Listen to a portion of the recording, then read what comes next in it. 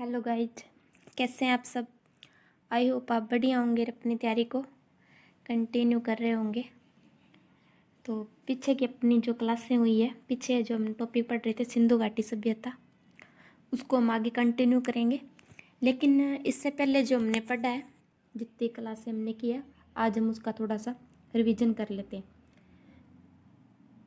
तो शुरुआत हमने की थी पाषाण काल से।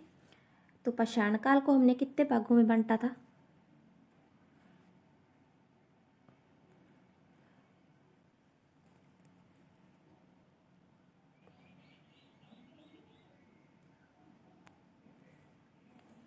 तीन भागों में बांटा था। पहला कौन सा था?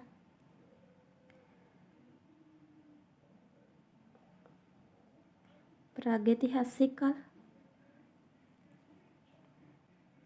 दूसरा था आद्य ऐतिहासिक काल।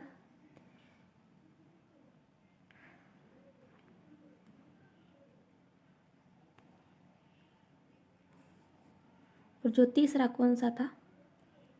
ऐतिहासिक काल। ठीक है।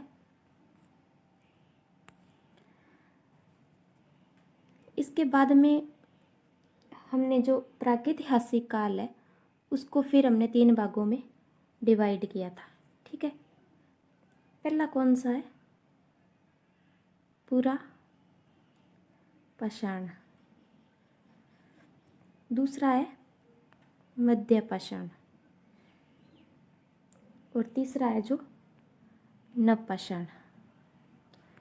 ठीक है। आगे पूरा पाषाण काल जो है, इसको फिर हमने तीन भागों में डिवाइड किया था। वो कौन कौन से हैं? एक जो था निम्न पूरा पाषाण।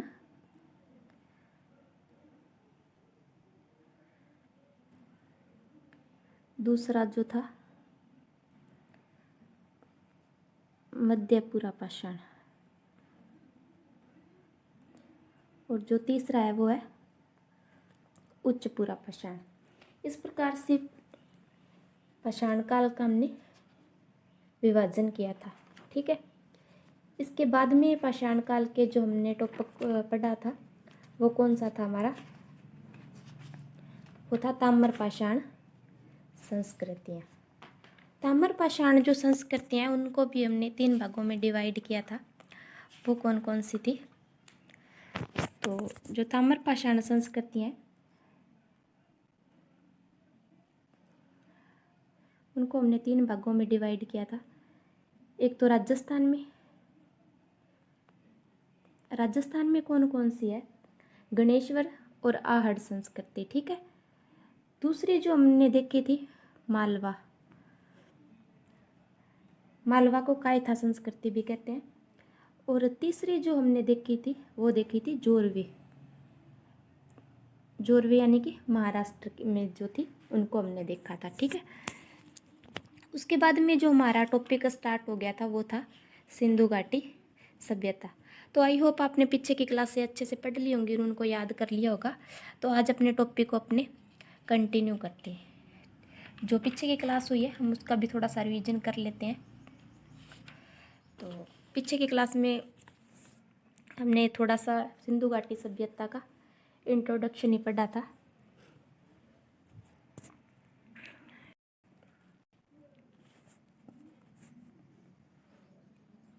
सिंधु घाटी सभ्यता है जो कितनी जगह पर फैली हुई थी? तीन स्थानों पे मिली है। पहली जो है वो कहाँ है? अफगानिस्तान।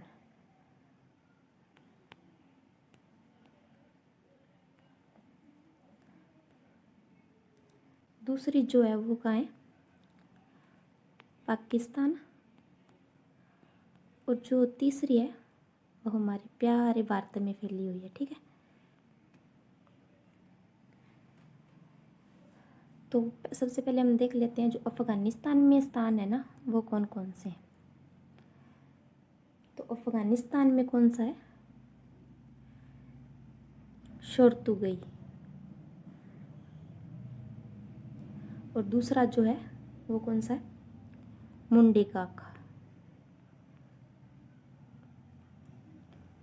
इसी प्रकार से जो पाकिस्तान में स्थान, तो पाकिस्तान के जो स्थान है वो पहला है बलूचिस्तान,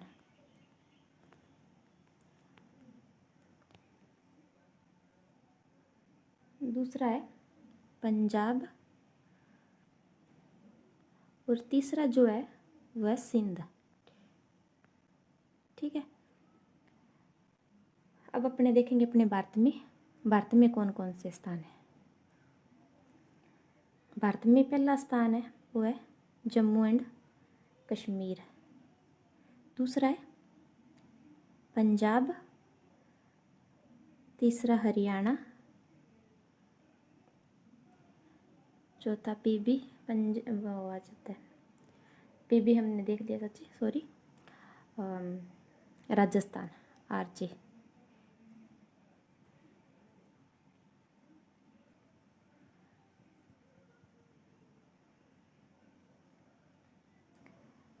और अगला जो है एमपी, और इसके आगे यूपी उत्तर प्रदेश। तो सिंधु घाटी सभ्यता है जो अपने इन राज्यों में फैली हुई है। पीछे हमने जो विस्तार देखा था वो हम दोबारा से एक बार रिवीजन कर लेते हैं उसका पूर्व में और पश्चिम में, उत्तर दक्षिण में कौन कौन सा स्थान है वो हम देखेंगे। तो उत्तर में जो स्थान है वो कौन सा है, मांडा। कौन सी नदी के किनारे, चिनाब नदी के कहाँ है, जम्मू और कश्मीर में है। ठीक है, उसके बाद में इसका पश्चिम में देख लेते हैं, पश्चिम में कहाँ है, सूतकांगे डोर। और ये कहाँ है, बलूचिस्तान पाकिस्तान में है। और कौन सी नदी के किनारे तक माना गया है, तो दासक नदी के किनारे तक माना गया है। इसके बाद में पूर्व में है आलमगीरपुर, ठीक है। तो आलमगीरपुर कहाँ है, मेरठ उत्तर प्रदेश में है। और कौन सी नदी तक माना गया है, तो हिंडन नदी तक माना गया। उसके बाद में जो दक्षिणी है, ये तो दक्षिणी का देश ही हो गया दैमाबाद। दैमाबाद कहाँ है, महाराष्ट्र में, गोदावरी नदी तक माना गया। ठीक है, तो इसके 2-4 पॉइंट है, आप इसको नोट कर लेना। पहला पॉइंट जो है,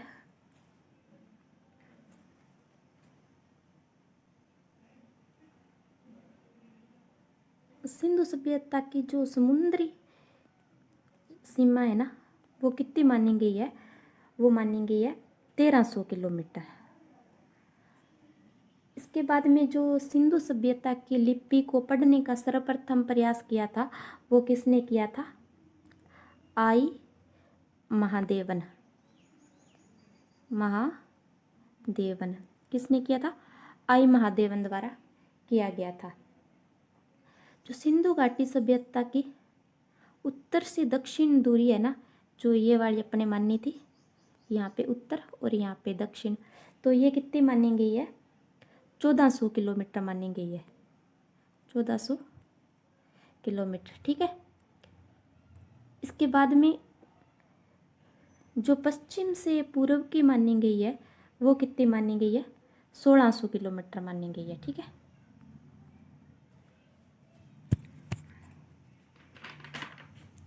जो सिंधु घाटी सभ्यता की आकृति मानी गई है वो किस प्रकार की मानी गई है, ट्रायंगल शेप मानी गई है, यानी कि त्रिभुजाकार मानी गई है। ठीक है, तो यहाँ तक हमारा रिवीजन हो गया।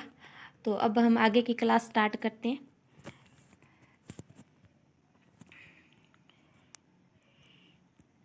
अगर कोई भी आपका साथी यूजीसी नेट या हिस्ट्री से किसी भी चीज़ की तैयारी कर रहा है, कोई स्टेट पीसीएस वगैरह की, तो आप उनके साथ ये शेयर करना। अभी तो राजस्थान सेट के भी चल रहा है, तो आप उनसे शेयर करना, क्योंकि हिस्ट्री ऐसी चीज़ है जो हर एग्ज़ाम में पूछी जाती है लगभग, तो आप उनसे शेयर भी करना ताकि हमारा एक बड़ा सा परिवार बन सके। और इससे हमें मोटिवेशन भी मिलता है कि हम आगे भी आपके इसी तरह लगन और मेहनत के साथ आपको क्लासें प्रोवाइड कराते रहें। तो चलिए हम आज का अपना टॉपिक स्टार्ट करते हैं। तो भारत में जो प्रमुख प्रमुख स्थल है ना, उनको हम पढ़ लेंगे आज, ठीक है। भारत में जो सबसे ज़्यादा हमें स्थल मिले हैं सिंधु घाटी सभ्यता के, वो कहाँ से मिले हैं? वो हमें गुजरात से मिले हैं, ठीक है। तो गुजरात से हम देख लेते हैं हमें कौन कौन से स्थल मिले पहले। खंबात की खाड़ी, लोथल, रंगपुर, प्रभास पतन और बगतराव, रोजदी और नागेश्वर। ये स्थान है जो हमें कहाँ से मिले हैं? गुजरात से मिले हैं, ठीक है।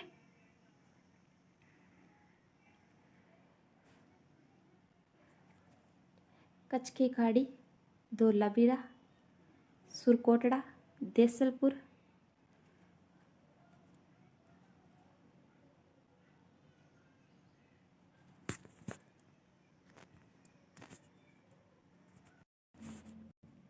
तो यहाँ से हमें क्या मिले हैं? स्टेडियम के प्रमाण मिले हैं, ठीक है। क्या मिले? स्टेडियम के प्रमाण मिले हैं। जो सिंधु घाटी सभ्यता का अन्य राज्य हमने देख लिया था वैसे तो ऊपर, तो यहाँ पे दिया हुआ है जम्मू कश्मीर, पंजाब, हरियाणा, राजस्थान, उत्तर प्रदेश और महाराष्ट्र। तो सिंधु घाटी सभ्यता है जो हमारे इन राज्यों में फैली हुई थी, ठीक है। तो ये मिस्टेक से 2 लिखा गया, 1 आना था। तो सिंधु घाटी सभ्यता का जो पहला स्थल हम पढ़ रहे हैं वो कौन सा है? हड़प्पा सभ्यता। वैसे सिंधु घाटी सभ्यता को हड़प्पा सभ्यता सा भी नाम से भी जाना जाता है, क्योंकि इसके काफ़ी ज़्यादा उपकरण हड़प्पा सभ्यता से मिला, तो इसका एक अन्य नाम हड़प्पा सभ्यता भी है। लेकिन इसको हम पढ़ेंगे, हमारा पहला स्थान जो कौन सा रहने वाला है? हड़प्पा सभ्यता, ठीक है। तो कहाँ है हड़प्पा? मोंटगोमरी जिला, पंजाब, पाकिस्तान में है। वर्तमान में कौन से ज़िले में? शाहीवाल जिला, पंजाब में है, ठीक है। और कौन सी नदी के किनारे है? रावी नदी के बायां तट पर है, ठीक है। इसका जो उपनाम है वो कौन से नाम से जाना जाता है? तोरण का नाम, तोरण द्वार का नगर और औद्योगिक नगर, 2 नामों से इसे जाना जाता है। 1921 में राया बहादुर दयाराम साहनी द्वारा इसकी खोज की गई थी, ठीक है।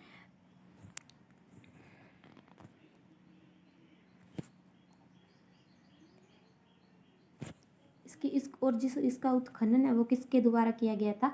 माधव सुब्रवत्स और मार्टिमर व्हीलर के द्वारा किया गया था। जो हड़प्पा सभ्यता का नगर का जो विभाजन है वो 2 टिल्लों में किया गया था। पश्चिमी टिल्ला एक दुर्ग है और पूर्वी टिल्ला एक नगर है, ठीक है। यहाँ से हमें क्या क्या एविडेंस मिले वो हम देख लेते हैं। तो एक अन्नागार मिला है 12 कमरों का, जो 6-6 पंक्ति में है, यानी कि इस प्रकार से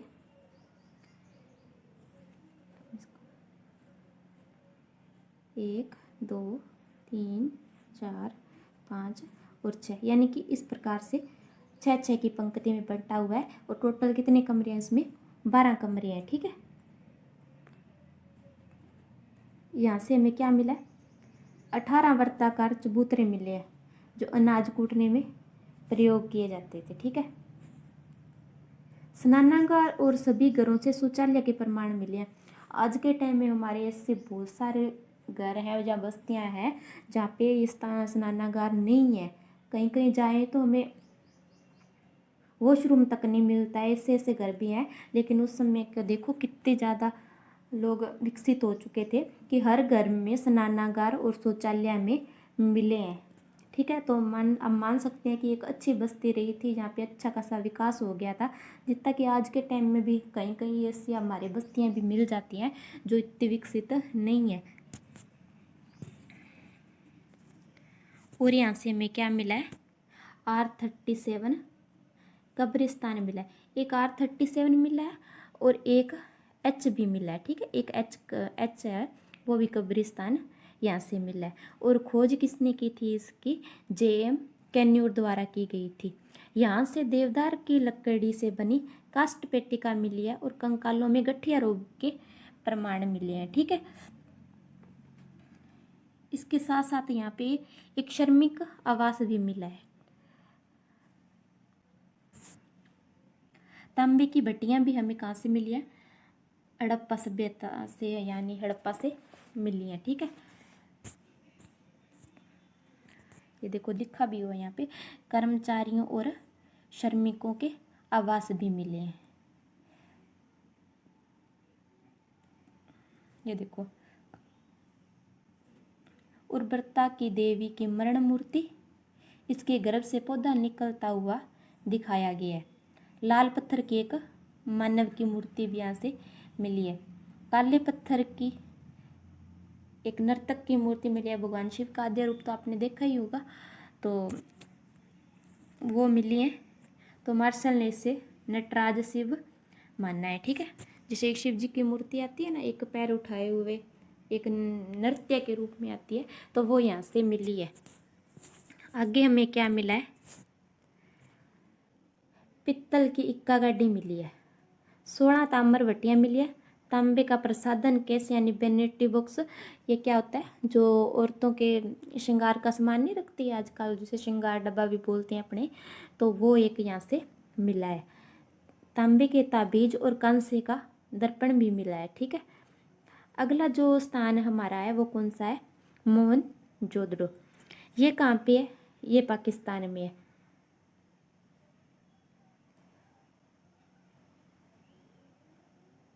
कहाँ है? लरकाना जिला, सिंध, पाकिस्तान में है। ठीक है,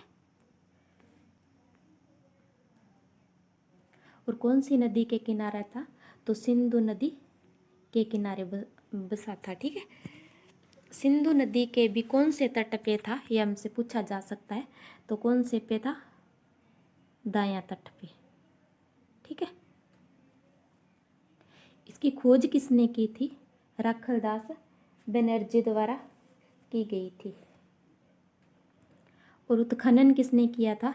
मैके बेहिलर और डेल्स द्वारा इसका उत्खनन किया गया था। इसके जो अन्य नाम है, इसको अन्य किस नाम से जाना जाता है? तो वो हम देख लेते हैं। सिंध का नकलिस्तान, रेगिस्तान का बगीचा, स्तूपों का शहर। कनिष्क के काल में बने स्तूप के प्रमाण मिलने के कारण स्तूपों का शहर कहा गया, क्योंकि कनिष्क के काल में यहाँ पे स्तूप के प्रमाण मिले हैं, स्तूप बने हुए थे उसके प्रमाण मिले हैं। देखो, मोहनजोदड़ो है जो, वो क्या है? एक सिंधी भाषा का शब्द है जिसका अर्थ क्या है? मृतकों का टीला, या इसे प्रेतों का टीला भी कह सकते हैं अपने। जो मोहनजोदड़ो है ये 7 बार बसा और 7 बार उजड़ा था। ठीक है, जो यहाँ से प्रमुख हमें एविडेंस मिले वो कौन कौन से? तो विशाल अन्नागार मिला है। एक हड़प्पा से हमें अन्नागार मिला है, लेकिन वो विशाल नहीं है। अगर विशाल हमसे पूछा जाए तो वो मोहनजोदड़ो में हो जाएगा, लेकिन अगर सीधा हमसे पूछा जाए कि अन्नागार मिला है तो वो हमें हड़प्पा से मिला है। ठीक है, यह मोहनजोदड़ो की सबसे बड़ी संरचना है, यानी कि बहुत बड़ा अन्नागार है। ठीक है, विशाल स्नानागार। ये नेट एग्जाम में आया हुआ है 2018 में। ठीक है, तो ये अपने देख सकते हैं, ये स्नानागार है। इसमें देखो यहाँ पे ये जो दिया हुआ है ना, ये वाली, ये सीढ़ियाँ बनी हुई है। कितनी सीढ़ियाँ हैं टोटल? 9 सीढ़ियाँ हैं। ठीक है, तो और कौन सी साइड में बनी हुई है?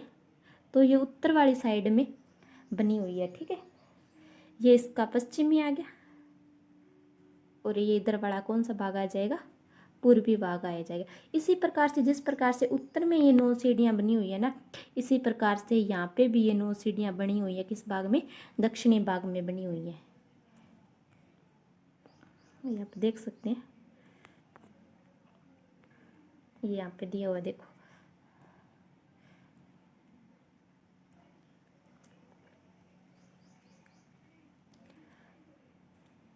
उत्तर और दक्षिण दिशा में 9 सीढ़ियाँ बनी हुई हैं। ठीक है, जल निकासी की व्यवस्था दक्षिण अवस्था में दी हुई है। एक दक्षिण, उत्तर, अपने पश्चिम और दक्षिण में एक कुआं, दोनों पश्चिम और दक्षिण के मध्य बिल्कुल एक इस प्रकार से कुएं की संरचना दी हुई है, जिसमें से इसमें पानी भरा जाता था और वहाँ से ही इसको निकाला जाता था। ठीक है।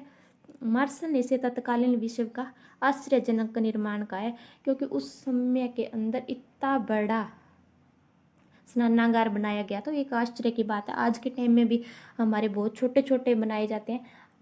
जिस टाइम में सिंधु घाटी सभ्यता को 2500 से 1500 BC तक का माना गया है, तो उस टाइम में इतना बड़ा स्नानागार बनाया गया था, जैसे आज के टाइम में अपने स्विमिंग पूल बनाए जाते हैं, तो उस प्रकार से ये बनाया गया था। ठीक है।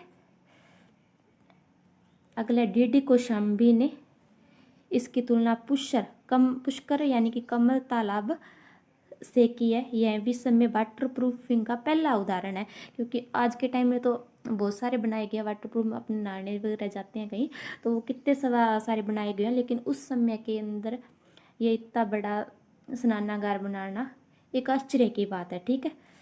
एक सभा भवन मिला यहाँ से और पुरोहितों का महाविद्यालय मिला है। ठीक है। कांसे की एक नर्तकी की मूर्ति मिली है यहाँ से।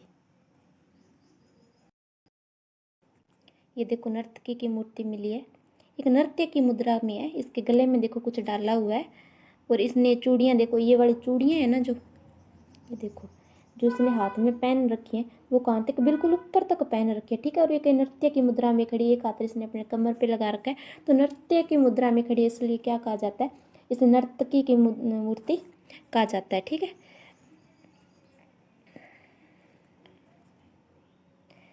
आगे जो में मिला है वो क्या मिला है, पत्थर की योगी की मूर्ति मिली है एक। ठीक है। माथे पर गोल अलंकरण और संवारी हुई दाढ़ी और शाल तिपतिया अलंकरण किया है। 3 पंक्तियों वाला अलंकरण इसमें किया गया है। ठीक है। तो ये है जो वो योगी बाबा है, देखो दाढ़ी कितनी अच्छे से इनकी सवारी हुई है। ठीक है। और माथे पर भी कुछ है इनके, और शॉल देखो कितने अच्छे से लिया हुआ है, कितना अच्छा इस पे अलंकरण किया। उस टाइम में कितनी अच्छी अच्छी पेंटिंग्स वगैरह या अलंकरण वगैरह होता था। आज के टाइम में भी शायद, आज के टाइम में अपने जो होता है ना वो ख़राब भी हो जाती है पेंटिंग वगैरह करने हैं, तो ये देखो कितनी अच्छी की हुई है कि ये ख़राब नहीं होती। अपने वाली जो मूर्तियाँ हैं वो थोड़े 5-10 साल में ख़राब हो जाती हैं जो बनाई जाती हैं, लेकिन ये देखो कितने सालों तक उन्होंने इसको संभाल के रखा होगा। और उसके बाद में जैसे ही उसका पतन हुआ है किसी प्रकार से ये नीचे दब गई, तो भी ये इतनी अच्छी पड़ी है, तो समझो उस टाइम में कितनी अच्छे से बनाई गई होगी और उस टाइम में कितनी अच्छी दिखती होगी। और हमें यहाँ से क्या मिला है, पशुपति की मोहर, वृषभा आकृति की मोहर, मोहर पर सुमेरियन नावों का चित्र है। नावों का कपालखंड और हाथी दांत भी यहाँ से मिला है। चांदी के बर्तन में कपड़े का प्रमाण, यह चांदी का प्राचीनतम प्रमाण है। ठीक है।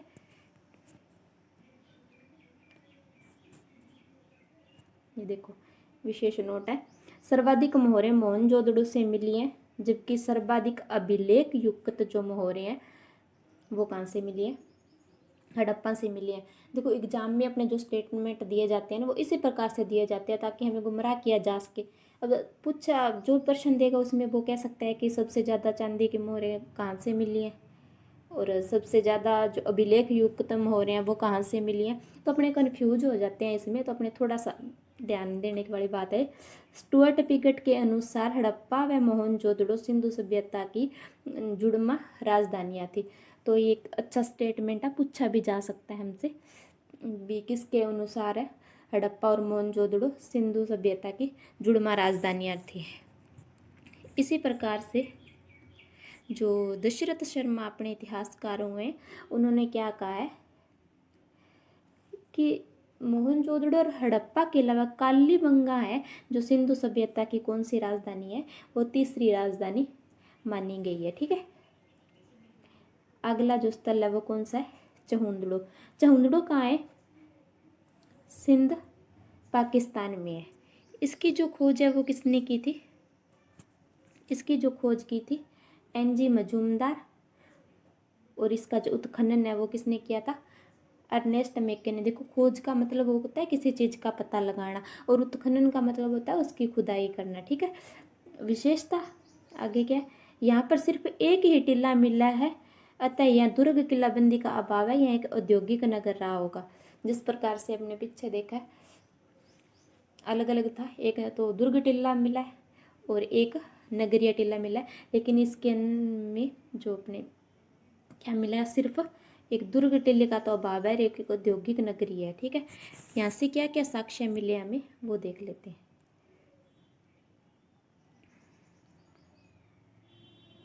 प्रमुख साक्ष्य या एविडेंस, मन के गुड़िया बनाने की कार्यशाला और भट्टियाँ मिली हैं, ठीक है। सिंधु सभ्यता के परवर्ती काल की झुककर जाकर संस्कृति के अवशेष मिले हैं, तो पूछा भी जा सकता है सिंधु सभ्यता में परवर्ती काल के झुककर जाकर संस्कृति के साक्ष्य हमें कहाँ से मिले, तो कहाँ से मिले, चहुंडलों से मिले। और ये नेट एग्जाम 2024 में प्रश्न आया भी हुआ है। वक्राकार हमें ईंटें मिली है।